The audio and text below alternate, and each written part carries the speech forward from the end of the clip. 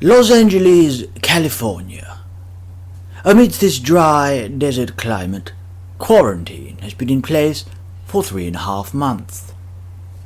This adult female Homo sapien lounges in her den.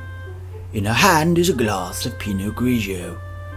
This species has been known to consume at least 3 times as much Grigio during periods of stress.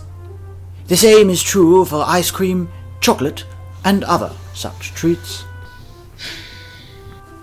This adult male is suffering from his own crisis, a lack of mating opportunity. The male has a mating season of 365 days a year. While he typically finds prospective mates at the watering hole, the pandemic has reduced his seduction opportunities considerably. He uses a device to broadcast unsolicited images of his reproductive organs. Rather than obtaining new mating partners, this strategy often culminates in a non-responsive or even angry female. The next morning, the female emerges from her hibernation.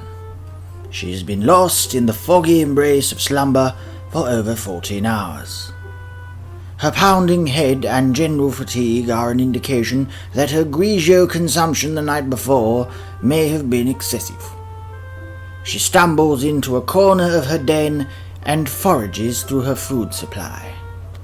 She finds an egg from another species and proceeds to prepare it for consumption. The male is also engaged in consumption. His diet consists of corn-based nibbles that promote cancer and obesity. He watches other males perform athletic feats he is not capable of while likening them to excrement. Other males on Twitter who disagree will be instructed to pleasure him orally. The woman receives a call from her mother to spread family gossip and share the latest news that phone towers will soon wipe out the species. And of course, there is always room for a subtle reminder that she has yet to produce offspring. After the emotionally draining call, she attempts to exercise to improve her mood. However, she spends the better part of an hour lying in the fetal position on her mat and using her device to observe other females in quarantine.